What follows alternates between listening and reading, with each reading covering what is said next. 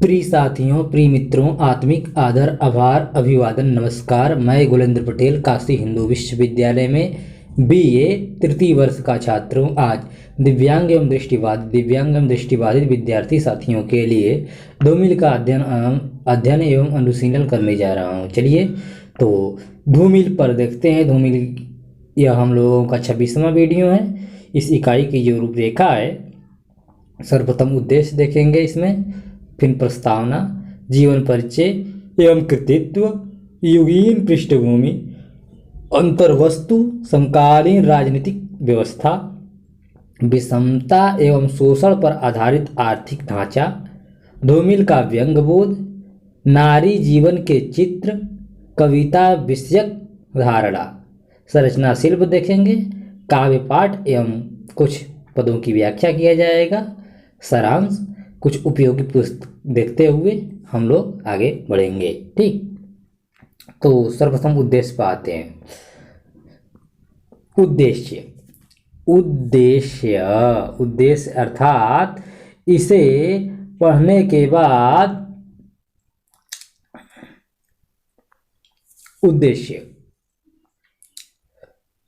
इस इकाई को पढ़ने के बाद सुदामा पांडे धूमिल का जीवन परिचय और कृतित्व जान सकेंगे। उनके युग की राजनीतिक, सामाजिक, साहित्यिक परिस्थितियों की जानकारी प्राप्त कर सकेंगे। उनके काव्य की अंतर्वस्तु में काव्य की विषयगत विशेषताओं के बारे में पढ़ सकेंगे। उनके काव्य की शिल्पगत विशेषताएं जान सकेंगे। उनकी कविताओं की व्याख्या कर करना सीख सकेंगे। उनकी कविताओं की व्याख्या कर सकेंगे। ठीक, चलिए प्रस्तावना पर सीधे चलते हैं हम लोग। प्रस्तावना, इससे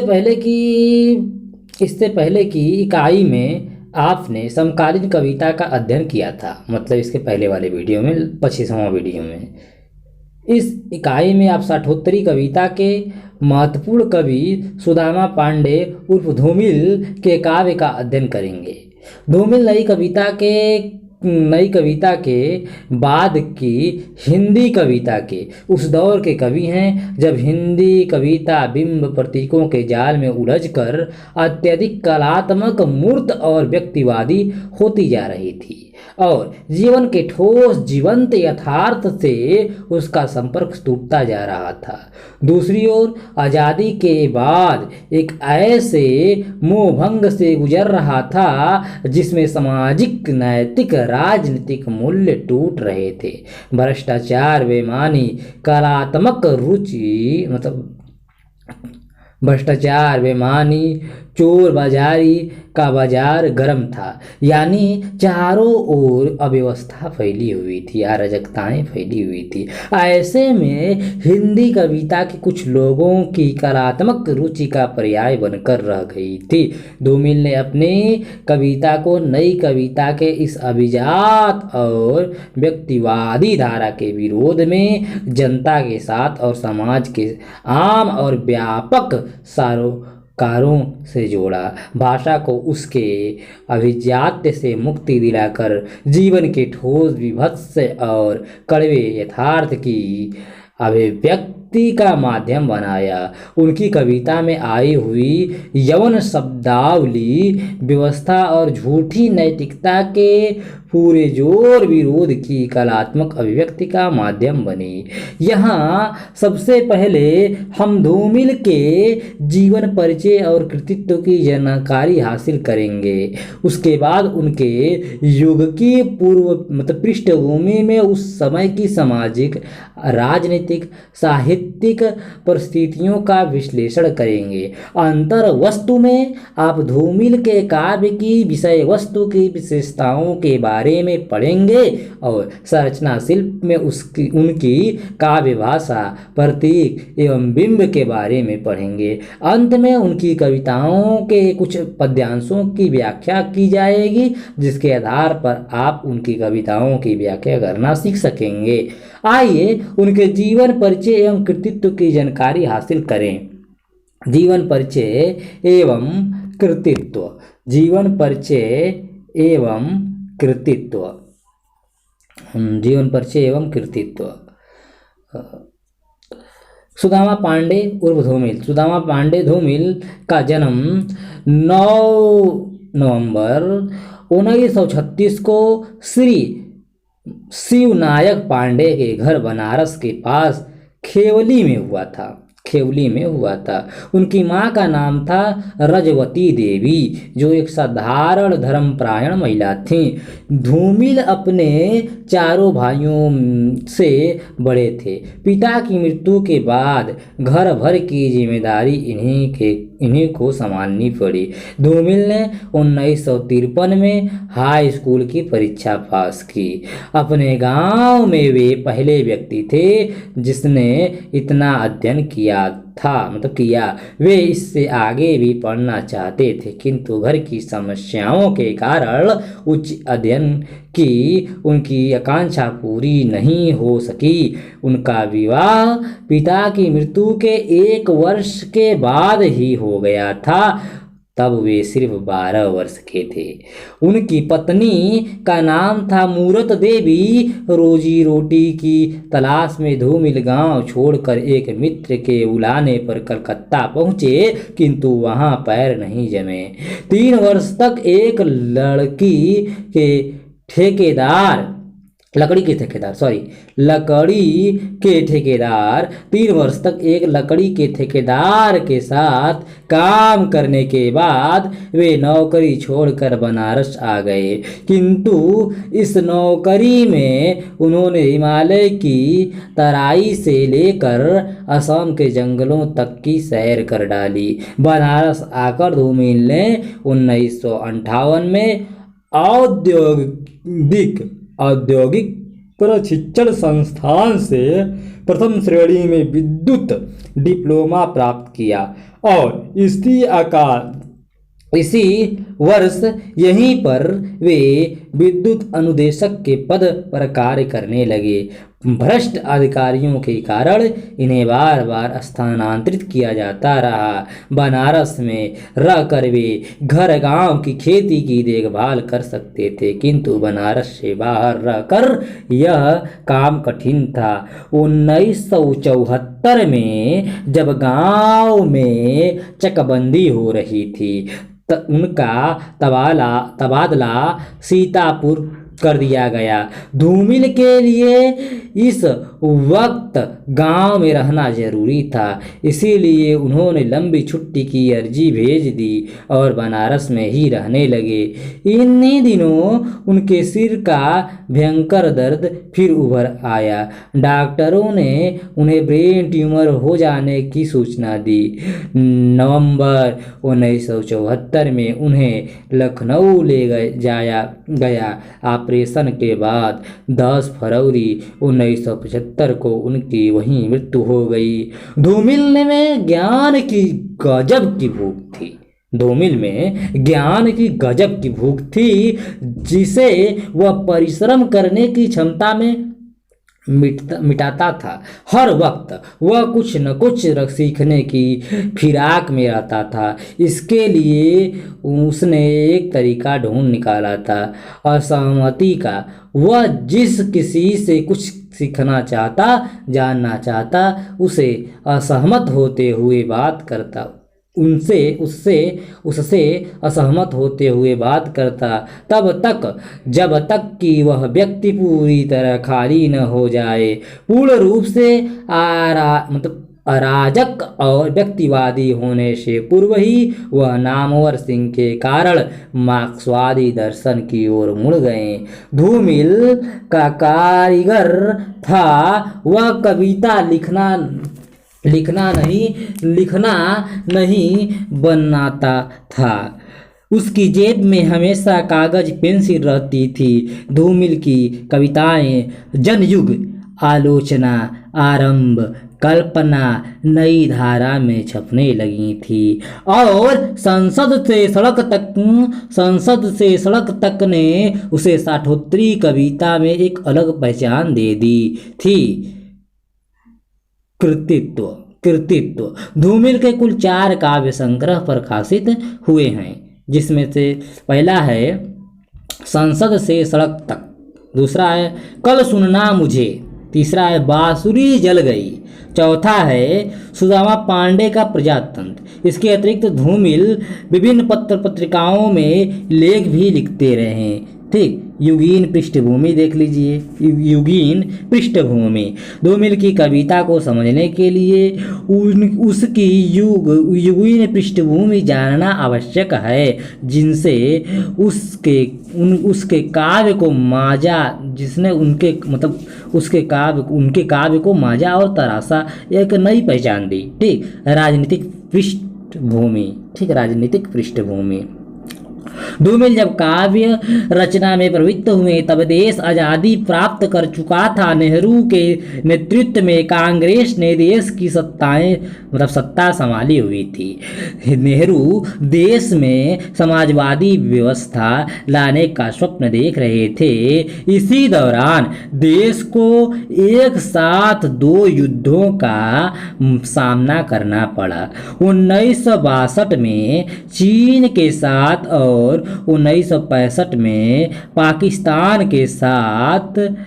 जनता के मोह भंग की शुरुआत भी इसी समय हुई। आज़ादी से जो कामनाएं, जो आकांक्षाएं जनता ने पाली थी, वे धूमिल होने लगी। रोटी कपड़ा मकान की समस्या, शिक्षा, बेरोजगारी आदि की समस्याएं मुंह खोले खड़ी थी। 1967 के आम चुनावों में जनता का असंतोष व्यक्त हुआ।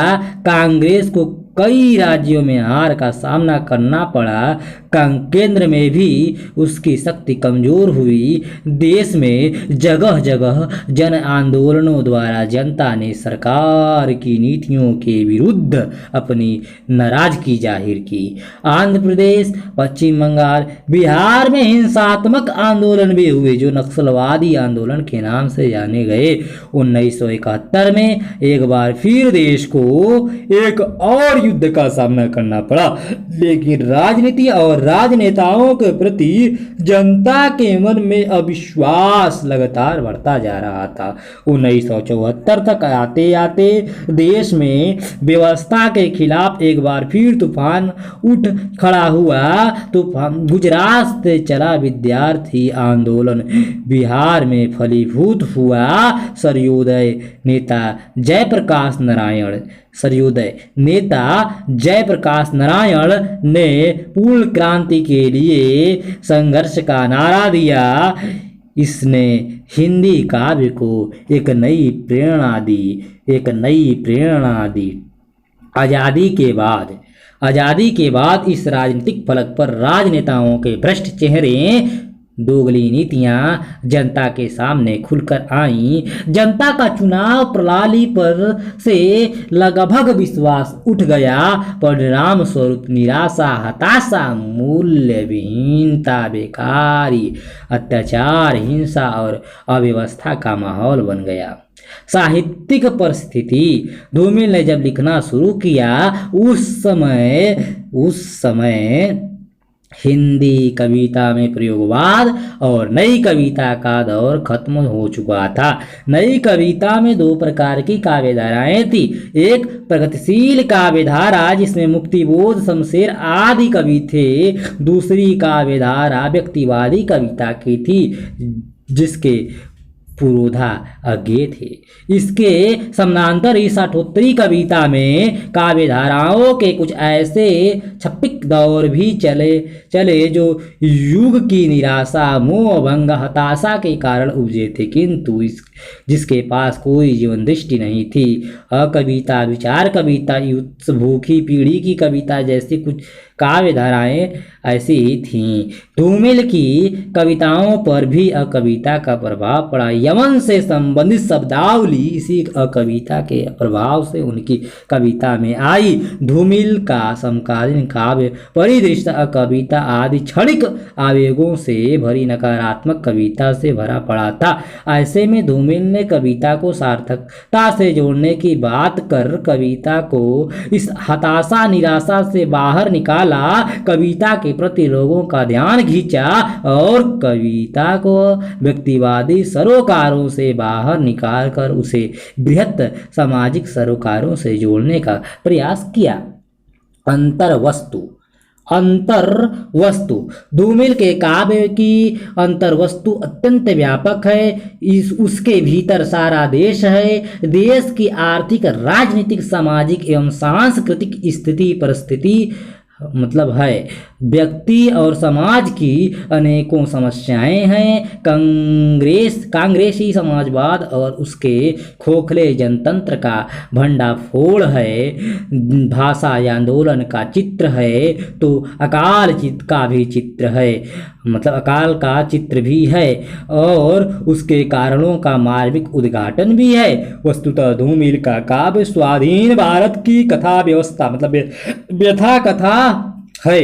स्वाधीन भारत की आशा, आकांक्षा, निराशा की जीती जागती तस्वीरें। आइए धूमिल की कविता के व्यापक सराकारों को देखें। सामाजिक राजनीतिक व्यवस्था। सामाजिक राजनीतिक व्यवस्था। धूमिल साठोत्तरी कविता के कवि हैं। साठोत्तरी कविता मोहभंग की कविता है। यह मोहभंग जनता का अपने राजनेताओं, राजनीति और व्यवस्था से उपजा मोहभंग है। मोहभंग से पहले मोह या आशा की स्थिति होती है। वर्षों तक अनवरत संघर्ष के बाद जनता ने आज़ादी मिलने के बाद देश के कर्णधारों से इतनी अपेक्षा की थी कि वे आम आदमी को रोटी, कपड़ा, मकान मुहैया करवाएंगे, बेगारी दूर करेगी, सबको शिक्षा, सबको काम मिलेगा। किंतु आज़ादी मिलने के 20 वर्षों के बाद जनता ने यह देखा कि उनके सब्र का बांध टूटता जा रहा है। पंचवर्षीय योजनाएं, हरित क्रांति, पंचशील के सिद्धांत, नेहरू का समाजवाद सब आदमी की सामान्य जरूरतें पूरी करने में नाकाम रहे हैं और राजनेताओं ने राजनीति को अपने स्वार्थ का अखाड़ा बना दिया है और समाज में व्यक्ति की दशा दुर्दशा में बदलती जा रही है। ऐसे में जनता का राजनीतिक व्यवस्था और राजनेताओं से मोहभंग होता है। धूमिल अपनी एक कविता 20 साल बाद में इसी मोहभंग को अभिव्यक्ति देते हैं। 20 साल बाद मैं अपने आप से एक सवाल करता हूँ, जानवर बनने के लिए कितने सब्र की जरूरत होती है? क्योंकि देश में हिंसा का वातावरण है। कर्फ्यू, गोलियों से जनता को भरमाया जा रहा है। उनका ध्यान उनकी समस्याओं पर खींचा जा रहा है। स्थिति इतनी बदतर है कि धूमिल का स्वर आक्रोश से पैना होकर इस विसंगति स्थिति की त्रासदी को इस शब्द में व्यक्त करता है। धूमिल कहते हैं, हवा से फड़फड़ाते हुए हिंदुस्तान के नक्शे पर गाय ने गोबर कर दिया है। ठीक, कितनी व्यंग है इसमें। यह भदेश अभिव्यक्ति बौखलाए हुए व्यक्ति की मानसिक दशा का परिणाम है जो मूल्यहीनता को बर्दाश्त नहीं करता। किंतु इस आक्रोश और बौखलाहट से परे भी जब वह सोचने की कोशिश करता है तो यही सोचता है, क्या आज़ादी सिर्फ 3 थके हुए रंगों का नाम है जिन्हें एक पहिया ढोता है, या इसका कोई खास मतलब होता है? और उसे इस चरमराती और सड़ांध भरी हुई व्यवस्था में कोई उत्तर नहीं मिलता। आज़ादी के झंडे के 3 रंग, लाल जो परिवर्तन और क्रांति का संकेत, सफ़ेद जो शांति का प्रतीक है और हरा जो खुशहाली का प्रतीक है, ये तीनों रंग थके हुए हैं क्योंकि देश में न परिवर्तन हुआ, न खुशहाली आई, न हरियाली आई, न शांति। इस प्रकार 20 साल बाद कविता आज़ादी के बाद के मोहभंग और निराशा से भरे हुए माहौल को अभिव्यक्ति देती है। धूमिल की एक और कविता है जनतंत्र के सूर्योदय में। जनतंत्र के सूर्योदय में इसमें कवि ने हमारे प्रजातंत्र के चेहरे को बेनकाब किया है। हमारे नेता किस प्रकार नौकरशाही के साथ मिलकर आम जनता का शोषण करते हैं, कैसे देश के नौजवानों का भविष्य फाइलों में बंद कर काले दरवाजों में दफन कर दिया जाता है। सारा देश नेताओं के नींद और नौकरशाही के नफरत का शिकार हो रहा है। अकाल दर्शन कविता में कवि देश के चालाक नेताओं से सीधा प्रश्न पूछता है कि भूख कौन उपजाता है। जनसंख्या में वृद्धि या नेताओं की जनता के प्रति घृणा जो हमें बार बार निरर्थक बातों में उलझाकर बेबस कर देती है। धूमिल अपने राजनीतिक परिवेश के प्रति पूरी तरह सजग थे। स्वाधीनता प्राप्ति से लेकर 1975 तक की आपातकालीन घटनाओं तक का ब्यौरा उनकी कविताओं में दर्ज है। देश में बढ़ रहे भ्रष्टाचार, हिंसा, आतंक, भाई भतीजावाद, चुनावी धांधलियां, राजनीतिक हत्याएं, दक्षिणपंथी शक्तियों की साजिशें अर्थात धूमिल पूरी राजनीतिक व्यवस्था का विरोध करते हैं। धूमिल की राजनीतिक चेतना अव्यवस्था को पूरी तरह नंगा करती है। विषमता एवं शोषण पर आधारित आर्थिक ढांचा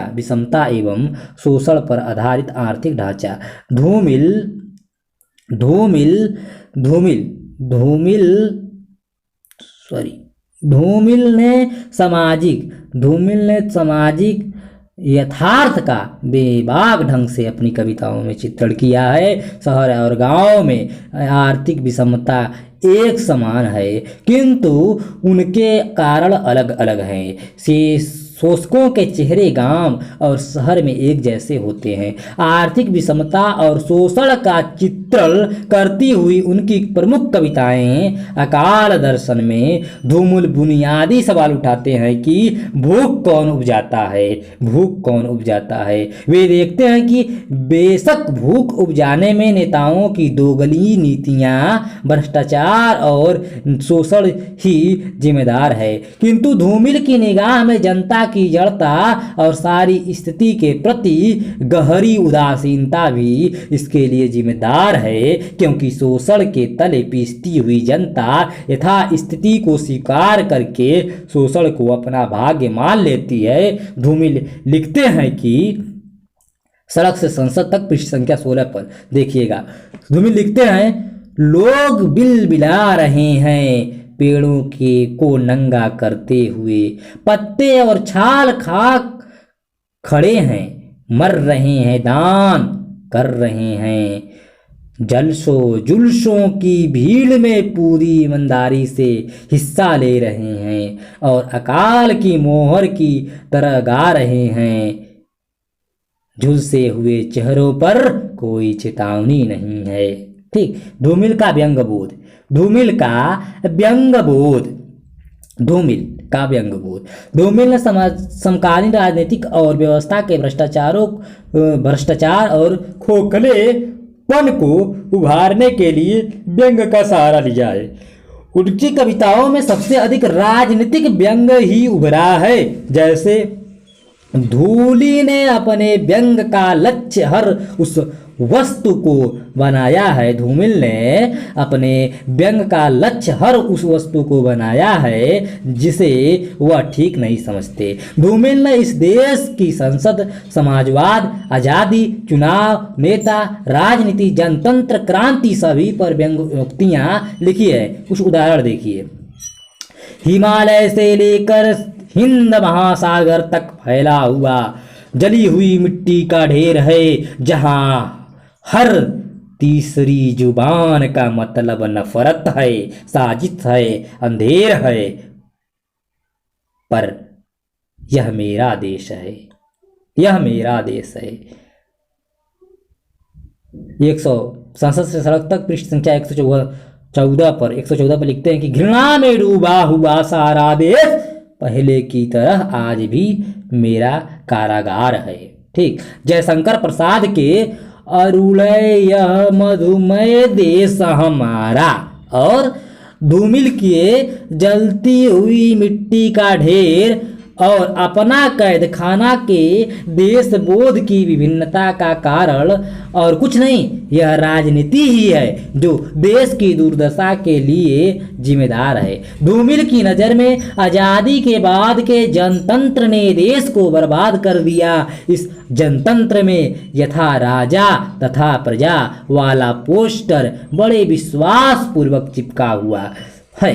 धूमिल की नज़र में देशभक्ति की परिभाषा क्या है, आइए सड़क से संसद तक के पृष्ठ संख्या 115 पर देखते हैं। वे लिखते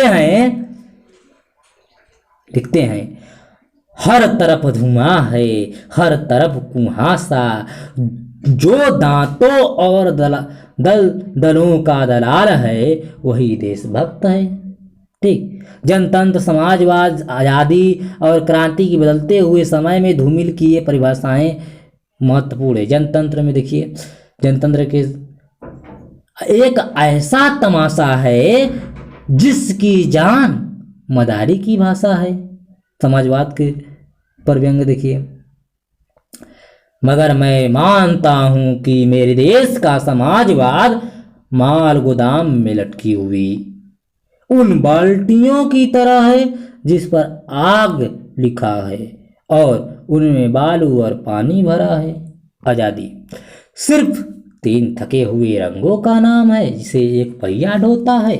राजनीति के अलावा धूमिल ने तथाकथित अवसरवादी बुद्धिजीवियों पर शोषण को स्वीकार कर रही जनता की कायरता पर, शहरी और कस्बाई जीवन पर, मूल्यगत ह्रास पर भी व्यंग्योक्ति लिखी है। धूमिल के शब्दों में जनता क्या है, देखिए धूमिल कहते हैं जनता क्या है, एक शब्द, सिर्फ एक शब्द, कुहरा और कीचड़ और कांस से बना हुआ एक भेड़ है जो दूसरों की ठंड के लिए अपनी पीठ पर उनकी फसल ढो रही है।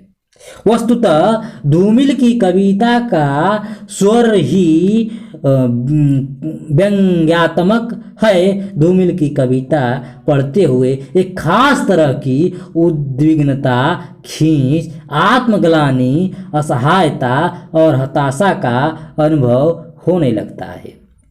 नारी जीवन के चित्र, नारी जीवन के चित्र, धूमिल की कविताओं में नारी जीवन के भी चित्र मिलते हैं। इन चित्रों में कोमलता और सौंदर्य के बोध के मधुर पक्ष का अभाव है।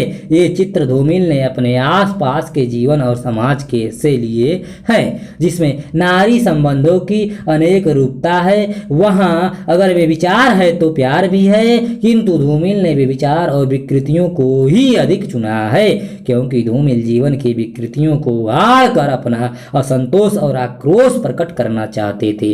बदलती हुई नैतिकता, सड़ते हुए जीवन मूल्यों और नैतिक मूल्यों पर उंगली रखना चाहते हैं और जनता में आग पैदा करना चाहते हैं ताकि जनता अपनी यथास्थिति को तोड़कर परिवर्तन के दिशा में सोच सके। धूमिल के यवन चित्रण में आरंभ से ही अस्वीकार का स्वर है, स्वीकार का नहीं। सत्य के एक ही पहलू को उन्होंने चित्रित किया है, लेकिन यह बात भी ध्यान देने योग्य है कि नारी जीवन के उज्जवल पक्ष पर उन्होंने कहीं भी चोट नहीं की है।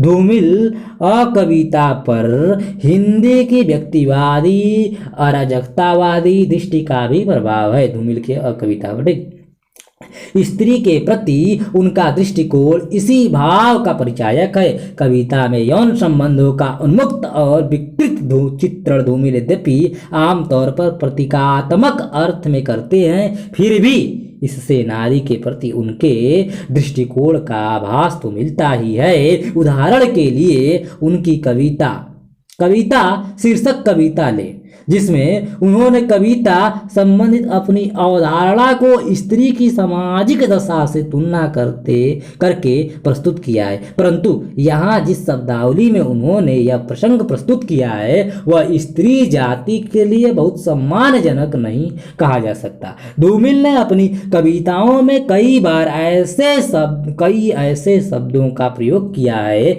जो आम बोलचाल में भी शिष्ट नहीं हो समझे जाते। धूमिल ने संभवतः उन्हें इसलिए प्रयुक्त किया है क्योंकि वे जीवन और कविता दोनों में अभिजातवादी नैतिकतावादी दृष्टिकोण को उचित नहीं मानते थे। इस वर्ग की हिपोक्रेसी को तोड़ने के लिए उन्होंने इस अतिवादी मार्ग को अपनाया। यहाँ इतना तो कहा ही जा सकता है कि इस अभिजात वर्ग के प्रति धूमिल का गुस्सा आक्रोश उचित था, क्योंकि आम आदमी के कष्ट उन्हीं की देन थे। लेकिन उस दौर में इस क्रोध और आक्रोश की अभिव्यक्ति संतुलित भाषा में नहीं हो पा रही थी और कवियों के उबाल का शिकार स्त्रियों को भी होना पड़ा था। खास बात यह है कि धूमिल ही ऐसे कवि थे जिन्होंने कविता के दृष्टिहीन दौर से निकलकर जन्मोन्मुखी दृष्टिकोण को अपनाने की सार्थक कोशिश की। यही कारण है कि नारी के प्रति उनके दृष्टिकोण में बाद में सकारात्मक बदलाव आया। कविता विषयक धारणा।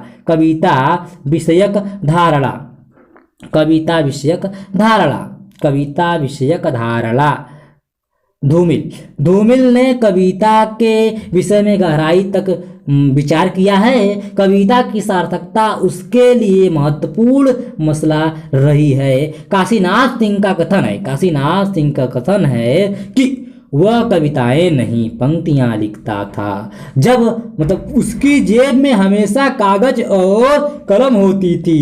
सड़क, चाय घर, दुकान, पार्क, सिनेमा, गन कचहरी, हर जगह उसे जो भी मतलब की चीज नजर आती थी, जो भी काम का जुमला उसके कान में पड़ता वह टाँक लेता। आलोचना अंक 33 पर ऐसा काशीनाथ सिंह ने वर्णन किया है। अपनी कविता के बारे में स्वयं धूमिल ने अपने एक लेख कविता पर एक वक्तव्य में लिखा, मेरी कविताएं गुस्से व ग्लानि की इन्हीं स्थितियों में लिखी गई है जिनमें मेरी कविताओं का मूल स्वरबोध को उसके सही डायमेंशनों में रखता है। साथ ही एक चौथे डायमेंशन की शिनाख्त भी करनी है। अब तक चौथे डायमेंशन की धारणा में असीम और अलग की अभिव्यक्ति हुई है, जिसकी लंबाई चौड़ाई मोटाई के बाहर के किसी शक्ति विशेष की बात होती रही है। चौथे डायमेंशन से मेरा तात्पर्य चीज के उस निजी सामर्थ्य से है जो उसमें और जिसकी मध्यस्थता के कारण वस्तु और व्यक्ति अपनी अपनी स्थितियों में सुरक्षित एक तनाव के बावजूद एक दूसरे से जुड़े हुए हैं। इस का तात्पर्य यह कदापि नहीं कि हम चीज के प्रति प्रतिबद्ध हैं, बल्कि ऐसा केवल इसलिए है कि हम कहीं न कहीं संलग्न हैं और यह संलग्नता किसी हद तक हमें प्रतिबद्ध होने की कोशिश तक जरूर ले जाती है। मैं जान गया हूँ कि बम गिरने की पीड़ा से चाय के ठंडे होने का दुख कितना बड़ा है। कोई चीज कहाँ है और कैसे है का सही बोध मेरी रचना का धर्म है। क्रम में चीज के निर्वासन करने की बात भी महत्वपूर्ण है। चीज को नंगा करना उद्देश्य नहीं, बल्कि उसके सही कद को प्रस्तुत करने की एक प्रक्रिया मात्र है। सही कद को प्रस्तुत करने की एक प्रक्रिया मात्र है। धूमिल ने अपनी कविता में जगह जगह कविता पर वक्तव्य दिए हैं। वे कहते हैं, हर सार्थक कविता पहले एक सार्थक वाक्य होती है। इस वक्त जब कान नहीं सुनते हैं, कविता पेट से सुनी जा रही है। ठीक, वास्तव में धूमिल कविता के विषय में पूरी तरह सचेत व जागरूक था। ठीक थे। कवि और कविता की सारी शक्ति और सीमाओं को जानता हुआ भी वह उसकी सामाजिक आवश्यकता के प्रति आस्थावान था। जितनी स्पष्टता उसकी कविता में है, उसका कारण चीज़ों के प्रति उसकी स्पष्ट धारणा है। धूमिल के प्रकाशित काव्य संग्रहों का नाम लिखिए, जो मैं ऊपर 4 काव्य संग्रह की चर्चा किया। ठीक, चलिए हम संरचना शिल्प पर जाते हैं। संरचना शिल्प यहाँ हम धूमिल की काव्य भाषा बिंब प्रतीक पर चर्चा करेंगे। धूमिल नई कविता के बाद हिंदी के उस दौर में काव्य रचना में प्रवृत्त हुए थे जब हिंदी कविता की काव्य भाषा बिंब प्रतीकों के जाल में उलझी हुई थी और जनजीवन से उसका नाता टूटा हुआ था। और स्पष्टता, दुरूहता कविता की खूबी और खामी दोनों मानी जा रही थी।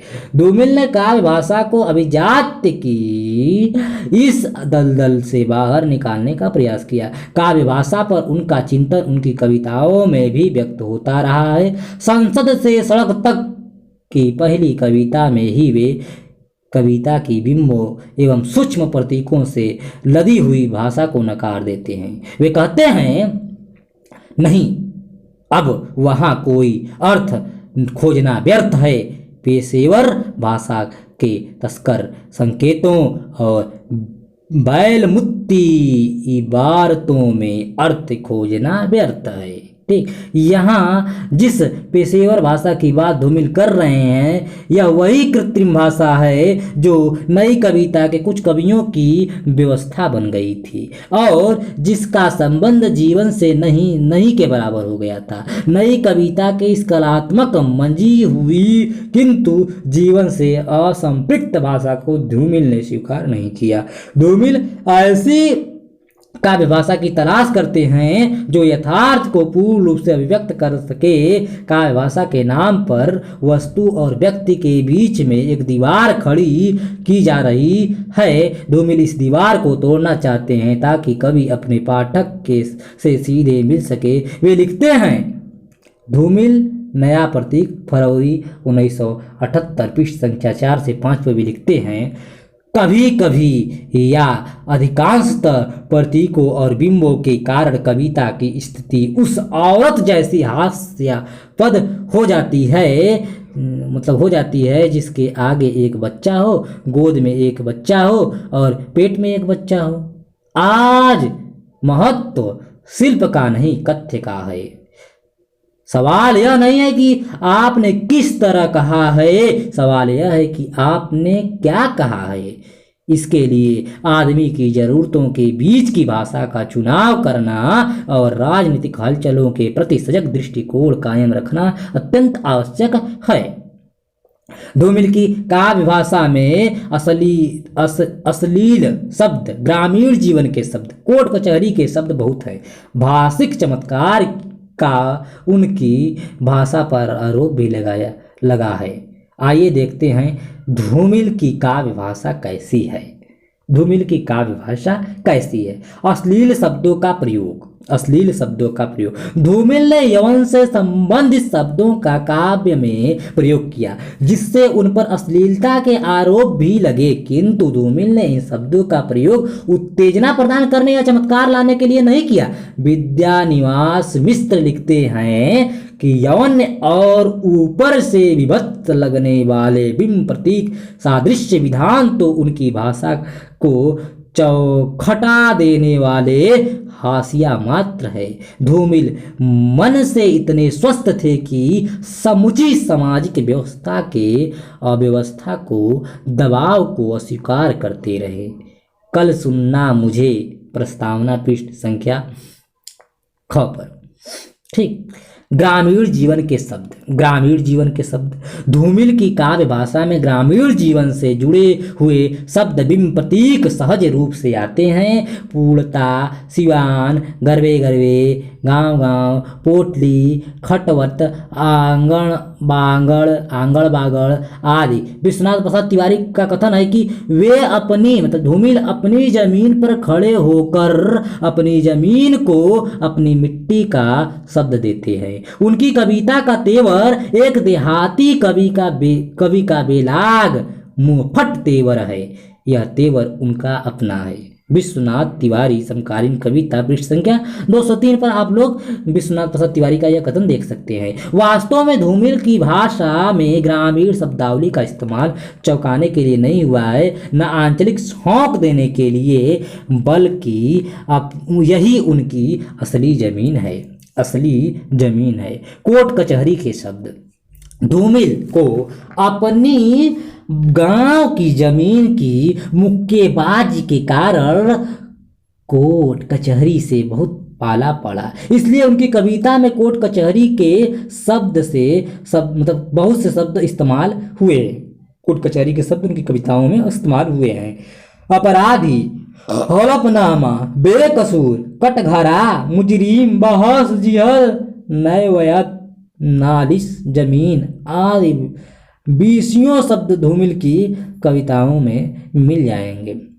लोकोक्तियां और मुहावरे धूमिल की कविता में लोक में प्रचलित लोकोक्तियां और मुहावरे भी बहुत आए हैं। उन्होंने कुछ नए मुहावरे भी गढ़े हैं, जैसे धर्मशाला होना, हरी आंख, चेहरा टटोलना, गीली मिट्टी की तरह हाँ हाँ करना, दुनिया के व्याकरण के खिलाफ होना, महुए पर मुतना, आँखों में कुत्ते भौंकना आदि उनकी नए द्वारा गढ़ा गया मुहावरा आप लोग देख सकते हैं। ठीक, भाषिक चमत्कार भी देखिए।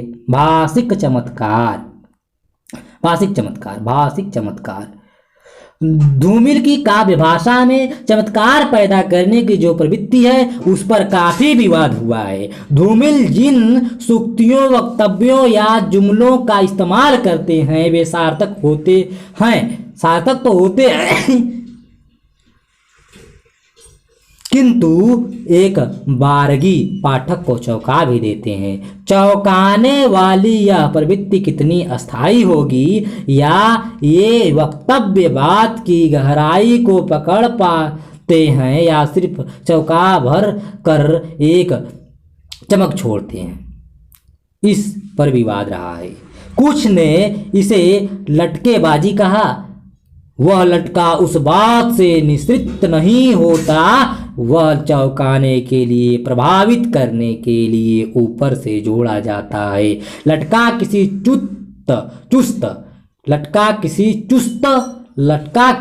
चुस्त कथन के रूप में तो होता ही है। तुर्कों का विरोध करते हुए तुर्कों के प्रति भयानक आसक्ति के रूप में भी होता है। आज के बहुचर्चित कवि धूमिल स्वयं उस लटकेबाजी के सर्वोत्तम उदाहरण हैं। शायद इसलिए वे हर एक कविता को एक वक्तव्य मानते हैं।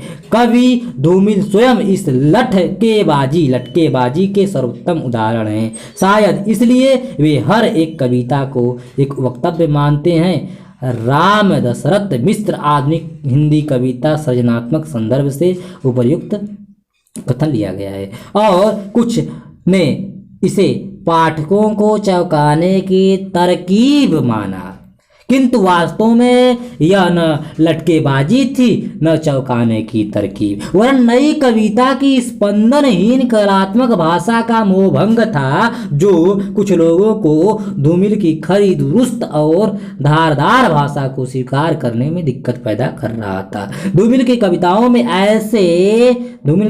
में से ऐसे कुछ वक्तव्य उदाहरण के लिए आप देख सकते हैं और खुद अंदाजा लगा सकते हैं कि वे जीवन के अनुभव को कितनी संवेदना की गहराई से पकड़ते हैं। देखिए, सड़क से संसद तक पृष्ठ संख्या 10 पर वे कहते हैं क्या आजादी सिर्फ 3 थके हुए रंगों का नाम है जिन्हें एक पहिया ढोता है, या इसका कोई खास मतलब होता है? मेरे लिए हर आदमी एक जोड़ी जूता है, मेरे सामने मरम्मत के लिए खड़ा है। संसद से सड़क तक पृष्ठ संख्या 37 पर। ठीक, संसद से सड़क तक पृष्ठ संख्या 39 पर भी देखिए। मगर मैं जानता हूं कि मेरे देश का समाजवाद माल गोदाम में लटकी हुई है, उन बाल्टियों की तरह जिस पर आग लिखा है और जिसमें उसमें बालू और पानी भरा है। ठीक, सड़क से संसद तक पृष्ठ संख्या 48 पर भी देख सकते हैं। 48 पर देखते हैं, लिखे हैं, गीली मिट्टी की तरह हाँ हाँ मत करो तनो अकड़ो, अमर बेली की तरह मत जियो जड़ पकड़ो। बिंब और प्रतीक, बिंब और प्रतीक। हालांकि कविता में बातचीत करते हुए धूमिल ने कविता को बिंब प्रतीकों से मुक्त करने की बात कही है, किंतु उनका तत्पर नई कविता की बोझिल काव्य भाषा और वैसे ही सूक्ष्म बिंब प्रतीकों से छुटकारा पाने का था, क्योंकि नई कविता के बिंब और प्रतीक अर्थ को उलझाकर संप्रेषण में बाधा ही पैदा करते हैं। धूमिल ने अपनी कविता में बिंबों का बहुत इस्तेमाल किया है, किंतु ये बिंब जीवन के ठोस और जीवंत यथार्थ को अभिव्यक्त करने में सहायक हैं और पाठक पर इनका गहरा प्रभाव पड़ा है। जैसे माँ का चेहरा झुर्रियों की झोली बन गया है, या हवा में फड़फड़ाते हुए हिंदुस्तान के नक्शे पर गाय ने गोबर कर दिया है, या अभावग्रस्त किसान के चेहरे का यह बिंब देखिए। एक ठंडी और गांठदार अंगुली माथा टटोलती है, सोच में डूबे हुए चेहरों और हवा दर की हुई जमीन में कोई फर्क नहीं है। वास्तव में धूमिल की कविता में जितने भी बिंब आते हैं वे जीवन के कटु यथार्थ को और धारदार बनाकर पेश करते हैं। धूमिल का मकसद यही है कि यथार्थ को उसके नंगे रूप में इस तरह पेश करना कि पाठक को कहीं विचलित करे, सोचने पर विवश करे कि इस कुव्यवस्था के लिए कौन जिम्मेदार है। धूमिल की कविता में प्रतीक भी है, जैसे जंगल अव्यवस्था का प्रतीक, भेड़िए शोषक का घास, निरीह जनता की, और रोशनी साहस की प्रतीक। किंतु धूमिल ने बहुत अच्छे प्रतीकात्मक भाषा का इस्तेमाल नहीं किया। जितने भी प्रतीक उन कविताओं में आते हैं वे सहज और सरल ढंग से समझ में आ जाते हैं। काव्य भाषा की विशेषता, धूमिल की काव्य भाषा की विशेषता। संक्षेप में धूमिल की काव्य भाषा की विशेषताएं देखिए। पहला, यह भाषा जीवन से पूरी तरह संपृक्त है। इसमें कोर्ट कचहरी एवं संबंधित शब्दों की बहुत आयात है। ठीक। तीसरी विशेषता है, यह भाषा जीवन के ठोस यथार्थ की अभिव्यक्ति करने में और संप्रेषित करने में सक्षम है। चौथी विशेषता, इसमें प्रतीक और बिंब हैं, किंतु वे कथ्य को अधिक धारदार बनाकर उसे संप्रेषित करने में सहायता करते हैं। पांचवी विशेषता है, यह काव्य भाषा सपाट है किंतु सतही नहीं, अर्थात बात को सीधे सीधे ढंग से अभिव्यक्त तो करती है किंतु उसमें कलात्मकता का अभाव नहीं है। ठीक। धूमिल कैसी काव्य भाषा को स्वीकार करते हैं, काव्य भाषा का कौन सा रूप उन्हें स्वीकार है, 5 पंक्तियों में उत्तर दीजिए जो मैंने अभी चर्चा किया। चलिए काव्य पाठ एवं व्याख्या देख लेते हैं। अभी तक आपने धूमिल के काव्य की सामान्य विशेषताओं का अध्ययन कर लिया है। अब हम आपको धूमिल की एक कविता पटकथा का एक अंश काव्य पाठ के लिए दे रहे हैं। हम इसके एक अंश की व्याख्या करेंगे और बाकी अंशों की व्याख्या आप स्वयं करेंगे। ठीक, चलिए पटकथा का अंतिम अंश देखिए। पटकथा का अंतिम अंश, मैं रोज देखता हूं कि व्यवस्था की मशीन का एक पुर्जा गर्म होकर अलग छिटक गया है और ठंडा होते ही फिर कुर्सी से चिपक गया है। उसमें न हया है न दया है, नहीं अपना कोई हमदर्द यहाँ नहीं। मैंने एक एक को परख लिया है, मैंने हर एक को आवाज दी है, हर एक का दरवाजा खटखटाया है, मगर बेकार मैंने जिसकी पूंछ उठाई उसको मादा पाया है। वे सब के सब तिजोरियों के दुभाषिए हैं। वे वकील हैं, वैज्ञानिक हैं, अध्यापक हैं, नेता हैं, दार्शनिक हैं, लेखक हैं, कवि हैं, कलाकार हैं। यानी कि कानून की भाषा बोलता हुआ अपराधियों का एक संयुक्त परिवार है। भूख और भूख की आड़ में चबाई गई चीजों का अक्स उनके दांतों पर ढूंढना बेकार है। समाजवाद उनकी जुबान पर अपनी सुरक्षा का एक आधुनिक मुहावरा है, मगर मैं जानता हूं कि मेरे देश का समाजवाद माल गोदामों में लटकी हुई उन बाल्टियों की तरह है जिस पर आग लिखा है और उनमें बालू और पानी भरा है। यहाँ जनता एक गाड़ी है। एक ही संविधान के नीचे भूख से रिरियाती हुई फैली हथेली का नाम दया है और भूख में मुट्ठी का नाम नक्सलवाड़ी। मुझे कहा गया है कि संसद देश की धड़कन को प्रतिबिंबित करने वाला दर्पण है। जनता को जनता के विचारों का नैतिक समर्पण है। लेकिन क्या यह सच है, या यह सच है कि अपने यहाँ संसद तेली की वह घानी है जिसमें आधा तेल है, आधा पानी और आधा पानी है? और यदि यह सच नहीं है तो वहाँ एक ईमानदार आदमी को अपनी ईमानदारी का मलाल क्यों है? जिसने सत्य कह दिया उसका बुरा हाल क्यों है? मैं अक्सर अपने आप से सवाल करता हूँ जिसका मेरे पास कोई उत्तर नहीं है, और आज तक नींद और नींद के बीच का जंगल काटते हुए मैंने कई रातें जागकर गुजार दी है। हफ्तों पर हफ्ते तक किए हैं उब के निर्मम, अकेले और बेहद अनमने क्षण जिए हैं। मेरे सामने वही चीर परिचित अंधकार है, संशय की अनिश्चय ग्रस्त ठंडी हवाएं हैं, हर तरफ शब्द भेदी सन्नाटा है, दरिद्र की व्यथा की तरह उचाट और कूथता हुआ, घृणा में डूबा हुआ सारा का सारा देश पहले की तरह आज भी मेरा कारागार है। वे सब के सब तिजोरियों के दुभाषिए हैं, वे वकील हैं, वैज्ञानिक हैं। ठीक, यहाँ से हम लोग व्याख्या करेंगे। वे सब के सब तिजोरियों के दुभाषी हैं, वे वकील हैं, वैज्ञानिक हैं, अध्यापक हैं, नेता हैं, दार्शनिक हैं, लेखक हैं, कवि हैं, कलाकार हैं। यानी कानून की भाषा बोलता हुआ अपराधियों का एक संयुक्त परिवार है। भूख और भूख की आड़ में चबाती गई चीजों का अक्स उनके दांतों में ढूंढना बेकार है। समाजवाद उनकी जुबान पर अपनी सुरक्षा का एक आधुनिक मुहावरा है, मगर मैं जानता हूं कि मेरे देश का समाजवाद माल गोदाम में लटकी हुई उन बाल्टियों की तरह है जिस पर आग लिखा है और उसमें बालू और पानी भरा है। ठीक, प्रसंग देखिए, ऊपर लिखित मतलब उपयुक्त उद्धृत अंश धूमिल की कविता पटकथा से लिया गया है। यह कविता धूमिल के प्रथम काव्य संग्रह संसद से सड़क तक में संकलित है। यह कविता आज़ादी के बाद के भारत की स्थितियों का आकलन करती है।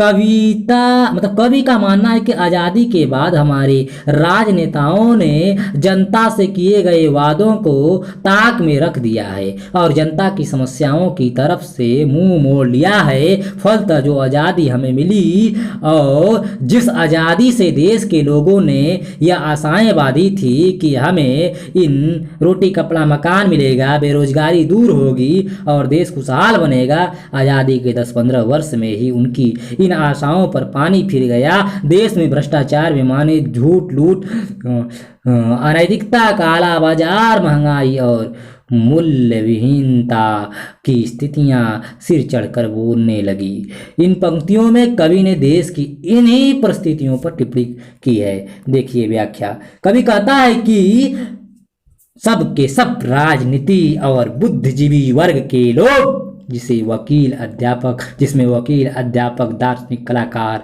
लेखक कवि और वैज्ञानिक शामिल हैं, अपने स्वार्थ से ही बंधे हुए हैं। उन्हें देश की समाज की मूल्यों की या संस्कृति की कोई चिंता नहीं है। ये सब ऐसे अपराधियों के संपृक्त परिवार के सदस्य हैं जो बात तो न्याय और सत्य की करते हैं किंतु अंदर से भ्रष्टाचारी हैं, बेईमान हैं। उनके किसी प्रकार की ऐसी आशा करना कि ये समाज को सही दिशा देंगे पूरी तरह बेकार है। और समाजवाद जैसी नारेबाजी के इस देश में समाजवाद लाएंगे वास्तव में जनता के साथ किया जा रहा धोखा है, क्योंकि कहने को तो ये लोग समाजवाद की बात करते हैं, देश में समाजवाद लाने के स्वप्न दिखाते हैं और माथा पर समाजवाद का बिल्ला लगाए हुए घूमते हैं, किंतु वास्तव में काम ये लोग प्रतिक्रियावादी करते हैं, भ्रष्टाचार बेईमानी को बढ़ावा देते हैं। इसलिए कवि कहता है कि समाजवाद की बात करना बेकार है, बालू भरा हुआ है। ठीक, जैसे क्योंकि इस देश में समाजवाद उन बाल्टियों की तरह है जिन पर लिखा है आग, किंतु उनके अंदर पानी और बालू भरा हुआ है। अर्थात कवि कहना चाहता है कि इस देश में समाजवाद के नाम का भी स्वार्थ के लिए इस्तेमाल हो रहा है। ठीक, सारांश देखिए अब मूल्यांकन। अर्थात इस इकाई में आपने 68वीं कविता के महत्वपूर्ण कवि सुदामा पांडे धूमिल के बारे में अध्ययन किया। धूमिल जब रचनाकार में प्रवृत्त हुए उस समय देश के सामने रोटी कपड़ा मकान, शिक्षा, बेरोजगारी आदि की समस्याएं मुंह बाए खड़ी थी। भ्रष्टाचार, बेईमानी, मूल्य विघटन का बाजार गर्म था और राजनेता अपनी कुर्सी से चिपके हुए स्वार्थवंश देश की समस्याओं से आंखें मूंदे हुए थे। हिंदी की नई कविता धारा अभिजातपन के कारण जीवन की इन कठोर वास्तविकताओं को साफ साफ अभिव्यक्त कर पाने में अक्षम थी। कविता और समाज का रिश्ता चरमरा कर टूट चुका था। ऐसे में धूमिल ने कविता को उसके अभिजातपन से बाहर निकालकर आम आदमी के सुख दुख के साथ जोड़ने का प्रयत्न किया। कविता की सार्थकता के प्रति धूमिल बहुत चिंतित रहे। धूमिल अपने काव्य के द्वारा राजनीतिक सामाजिक स्थितियों में व्याप्त भ्रष्टाचार, अनैतिकता, बेईमानी को उहाड़ कर बेलाग शब्दों में अभिव्यक्त किया। संसद, देश, समाजवाद, क्रांति आदि हर विचारों पर वह चीज पर धूमिल ने अविश्वास प्रकट करते हुए प्रश्न चिन्ह लगाया। इस तरह धूमिल की कविता व्यवस्था से विद्रोह की कविता भी कही जा सकती है। धूमिल का विद्रोही स्वर मूलतः व्यंग्यात्मक है। उनकी व्यंग्योक्तियां एक बारगी पाठकों को चौंका जाती है, किंतु धूमिल की कविता का लक्ष्य सिर्फ विद्रोह की नहीं अपितु इस विद्रोह के द्वारा वह इस बात के लिए आगाह करते हैं कि देश कि इस दारूण अव्यवस्था के प्रति हमें जागरूक होना चाहिए। निश्चित रूप से धूमिल ने उस समय हिंदी कविता को सार्थकता के सवाल से जोड़ा जब हिंदी कविता अपनी सार्थकता व्यक्तिवाद के बंद घेरे में खोज रही थी। भाषा के स्तर पर धूमिल की भाषा आम आदमी की भाषा है। ग्रामीण चेतना वहाँ पर है। ठीक, ग्रामीण गवई भाषा भी मतलब उसमें दिखाई देता है शब्द, गवई शब्द बिंबों के प्रतीकों से मुक्त जनजीवन की भाषा, इसलिए वह संप्रेषणी भी है। धूमिल की भाषा में गांव, कचहरी, उर्दू, फारसी के शब्द सहज रूप से आते हैं। विचार के स्तर पर धूमिल की कविता का झुकाव प्रगतिवाद की ओर है। हालांकि धूमिल की विचार धारा बहुत स्पष्ट नहीं है, किंतु वे व्यक्तिवादी तो नहीं है। हिंदी कविता में धूमिल अपने नए और विद्रोही तेवर के कारण अपना एक अलग स्थान रखते हैं। धूमिल को समझने के लिए कुछ महत्वपूर्ण उपयोगी पुस्तकें। संसद से सड़क तक स्वयं धूमिल का काव्य संग्रह है, राजकमल प्रकाशन नई दिल्ली से। दूसरे प्रजातंत्र की तलाश में धूमिल कुमार कृष्ण लिखते हैं, और हिंदी जो साहित्य निधि है नई दिल्ली, उस प्रकाशन वहाँ से हुआ है। सुदामा पांडे की कविता में यथार्थ बोध, डॉक्टर चमन लाल गुप्त, भावना प्रकाशन नई दिल्ली। ठीक, तो इस प्रकार प्यारे साथियों, प्यारे मित्रों, जो हम लोगों ने धूमिल को विस्तृत अध्ययन और अनुशीलन किया, आप सभी से पुनः साहित्यिक सहृदय सविनय निवेदन करता हूँ कि यह रिकॉर्डिंग, यह वीडियो मैं दृष्टिबाधित एवं दिव्यांग विद्यार्थी साथियों के लिए बनाया हूँ, रिकॉर्डिंग किया हूँ। कृपया आप उन्हें अवश्य शेयर कीजिएगा। शुरू से अंत तक बने रहने के लिए आप सभी का आत्मिक आभार, बहुत बहुत धन्यवाद, आदर प्रणाम।